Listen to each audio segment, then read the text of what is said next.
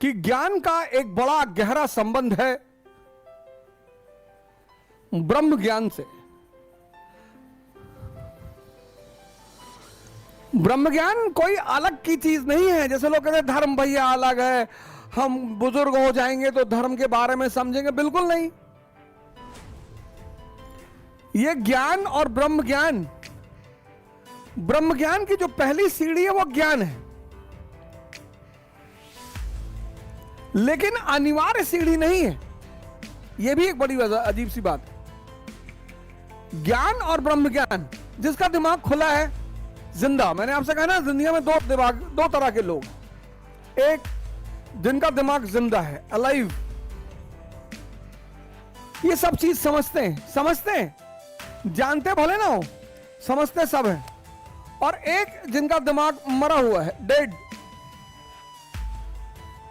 ये हो सकता है बहुत पढ़े लिखे हो, एमएससी हो, बीएससी हो, पीएचडी हो, डॉक्टरेट हो, पर समझते कुछ नहीं हो।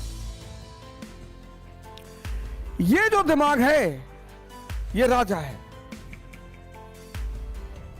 इसलिए तो मैं आपसे बार बार कहता हूं, ध्यान करो। ध्यान करने से पहले आपका खुद का दर्शन होगा। खुद आप पहले खुद से मिलेंगे। अभी तो आप खुद से ही नहीं मिले हुए हैं।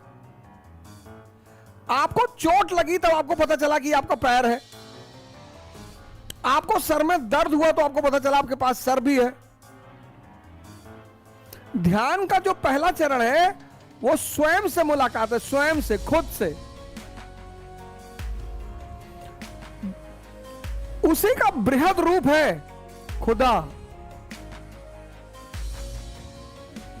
अल्लामा इकबाल साहब जो हैं कश्मीर के पोएट, उनका पूरा सिद्धांत ही यही है, खुदी। हमारे कश्मीरी मित्र हैं बहुत सारे, बड़े अल्लामा इकबाल साहब के बड़े फैन हैं, लेकिन उनका वो जो कॉन्सेप्ट है खुदी का, जहां से रास्ता बनेगा खुदा के लिए, खुदा की कहानी खुद से शुरू होगी। और ध्यान स्वयं से परिचय है। जब खुद को जान गए तब तो किसी और को जानेंगे, अपने को जानते ही नहीं। ये जो जिंदा दिमाग है ये राजा है दुनिया में, और ये जो मरा हुआ दिमाग है ये प्रजा है।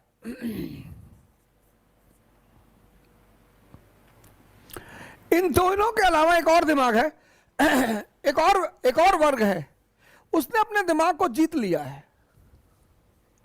वो पैगंबर हैं, संत हैं,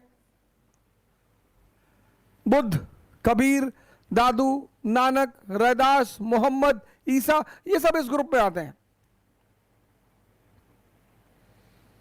ये दिमाग से बहुत ऊपर चले गए हैं। अब कबीर शिक्षा नहीं ग्रहण किया लेकिन ब्रह्मज्ञानी है। रविदास सामान्य शिक्षा नहीं है लेकिन ब्रह्मज्ञानी है। तो ज्ञान और ब्रह्मज्ञान का बड़ा अंतर्निहित संबंध है। आप यूरोप का जब इतिहास पढ़ोगे तो पहले क्या हो रहा है, रेनेसांस,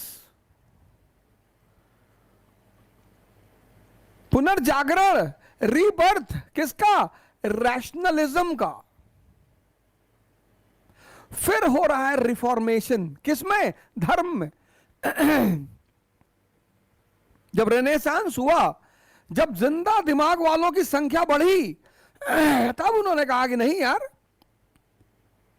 ये तो गलत हो रहा है, ये धर्म की ये चीज गलत है, धर्म की ये चीज अप्रासंगिक है, इररिलेवेंट है। तो उन्होंने छटाई शुरू की, तो हुआ रिफॉर्मेशन।